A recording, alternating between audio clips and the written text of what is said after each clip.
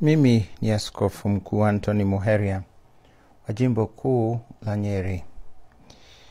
Siku hizi tunashuhudia visa vingi sana vya ukora, vya uhalifu, ambazo tunashangaa kuziona na kuzisikia. Ni watu ambao wamezoea kukaa pamoja, lakini kunatokea kisa ambacho hatuelewi. Bwana labda anamdhuru mwenzake wa ndoa, bibi anadhuru bwana. Hata mara nyingine tunasikia hata kwenda kukomboa watu waue. Tunauliza, ni nini hili linatokezea?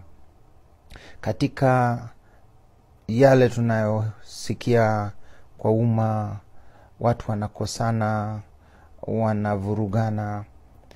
Na sana sana yale ambayo yanatokeza hata kwa ulimwengu wote ni kwa sababu ya tamaa mbaya ambayo imeingia katika maisha ya watu, hata watu walio na wanasema ni waamini, lakini wameingiwa na tamaa mbaya ambayo inafanya wasahau yale ambayo yapaswa tuyafuate, amri za Mungu. Na ndipo hiyo tamaa ya pesa, tamaa ya nguvu na uwezo inakuwa ndiyo inaongoza chochote kile hawa wafanyacho. Katika Matendo ya Mitume tunakumbuka wale walikuwa bibi na bwana, baada ya kugeuka kuwa Wakristo.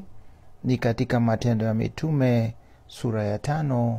Kama vile wengine walikuwa nafanya, wakatoa mali yao, wakauza shamba ili watoe kama sadaka, kama zawadi kwa kanisa yale yaliyompata kwa kuuza ile shamba. Lakini tamaa yao mbaya, kwa sababu walitaka sifa kubwa kwa yale waliotenda, tamaa wakataka kuweka kiasi na kipimo. Tunasoma katika Matendo ya Mitume sura ya 5. Lakini mtu mmoja jina lake Anania pamoja na Sarafi mkewe aliuza mali, akazuia kwa siri sehemu ya dhamani yake. Mkewe naye akijua na haya, akaleta fungu moja akaliweka miguuni pa mitume. Petro akasema, Anania, kwa nini shetani amekujaza moyo wako kumwambia uongo Roho Mtakatifu na kuzuia kwa siri sehemu ya dhamani ya kiwanja? Kilipokuwa kwako hakikuwa mali yako, na kilipokuwa kimekwisha kuuzwa dhamani yake haikuwa katika uwezo wako. Ilikuwaje hata ukaweka neno hili moyoni mwako? Hukumwambia uongo mwanadamu, bali Mungu. Anania aliposikia maneno haya akaanguka, kafa. Hofu nyingi kawapata watu wote waliosikia haya. Vijana wakaondoka, wakamtia katika sanda, wakamchukua nje, wakamzika. Hata muda wa saa 3 baadaye mkewe akaingia, naye hana habari ya yale yaliyotokea. Petro akamjibu, niambie, mlikiuza kiwanja kwa dhamani hayo? Akasema, ndiyo, kwa dhamani hiyo. Petro akamwambia, imekuwaje hata mkampatana kumjaribu Roho wa Bwana? Angalia, miguu ya waliomzika mumeo ipo mlangoni, na watakuchukua nje wewe nawe. Mara akaanguka miguuni pake akafa. Wakristo wa Kenya na watu wa nia njema, tunajaribu kufanya matendo ya kujiuza na kujitangaza. Na katika hiyo matendo sana sana ni tunajitafuta sisi wenyewe sifa ili tupate mengi. Kweli katika roho zetu, nyoyo zetu zimekuliwa na tamaa, kwanza sana ya mali. Tumeingia katika michezo ya kutafuta mali kwa njia mbaya, kwa uongo, kwa kuiba, kwa uharifu na hata ufisadi. Tumekiwa watu ambao njia zote tumeziitikia kama ni sawa tu, ila tu ufikie lengo la kupata pesa, la kuwa tajiri. Na ndio maana tunaona ugomvi mwingi katika viongozi wetu, kwa sababu kila mmoja anataka kuonyesha, anatamaa kujionyesha kwamba ana nguvu. Kila mmoja anatamaa kutafuta pesa wakati huu ambayo ako katika usukani na cheo. Wanapigana kwa sababu na sisi hata wananchi tunataka kuonyesha nguvu zetu, kupimana nguvu. Hata vijana ambao wanatokezea wanataka kutuonyesha nguvu, wanatamaa ya uongozi na hata nguvu ambazo wangelipenda kuwa nazo. Tumeingiwa hata kanisani kupimana nguvu, kujaribu kuchukua ambayo sio chako, sio nguvu yako, sio cheo chako, na kuwatoa wale ambao wamepewa jukumu hiyo.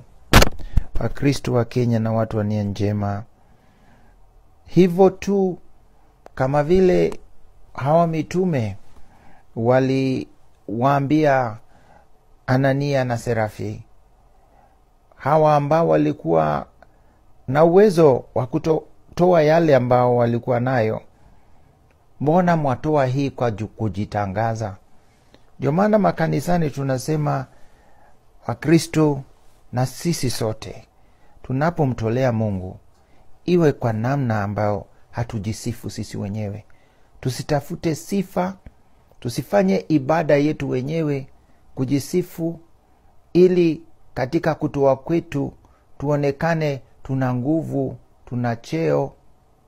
Yale ambayo tunatolea Mungu tuitoe kwa siri, tuitoe bila kutangaza na kupiga tarumbeta. La pili, toeni kwa ukarimu, lakini usimdanganye Mungu. Usimdanganye Mungu ukisema yale umepata kwa njia halali ambayo tuwajua kwamba umeiba. Usimletee mali ambayo umepata kwa njia ya wizi na ukora. Hayo ndio tena tunaomba kwamba yoyote yule anataka kumtolea Mungu kwa njia yoyote, aweze kumuomba Mungu kwamba yale anatoa iwe ya kupendeza machoni mwake. Akiwa ni mimi, akiwa ni wewe, akiwa ni yoyote yule. Ningeomba tena, katika tamaa hizi kumekuwa na tamaa ya kupata hata sisi kwa njia ya miujiza na maombi. Na ndio viongozi ambao wameenda kujaribu kuwadanganya na kutumia Wakristo na watu walio na dhiki na shida ili waweze hao wenyewe kutajirika. Ni vyema tutangaze kwamba kuna wengi wanaojiita viongozi wa makanisa, lakini sio viongozi, na tena sio wa makanisa. Ni biashara ya uongo, ya udanganyifu ambao wanaendeza. Lakini ni sisi tumewaruhusu. Shakahola bado wanataka tuisahau. Serikali haijasema chochote, haijatambua kuliendaje, na hata vileo hawajasema kama vipande vya mwili viliuzwa wale waliofariki. Wao wote waliofariki walienda kufanyaje huko? Walivutiwa na nini? Walivutiwa na kwamba watapata tamaa, pesa, watapata uweza, watakuwa juu ya wengine, na ndipo watu wakafurika kule Shakahola. Watu wanafurika makanisani kule, wanatangaziwa kwamba pesa zitaongezeka. Wataombewa ili wapate makazi. Wataombewa na yale ambao wamepanda mbegu itaongezeka na watapata mapato. Naomba tusizoee kudanganyifu katika kuhubiri neno la Mungu. Katika Biblia takatifu, Mungu hajasema ya kwamba ukiomba nitakuongezea fedha, mali. Amesema nitakupa baraka na nitakupa furaha.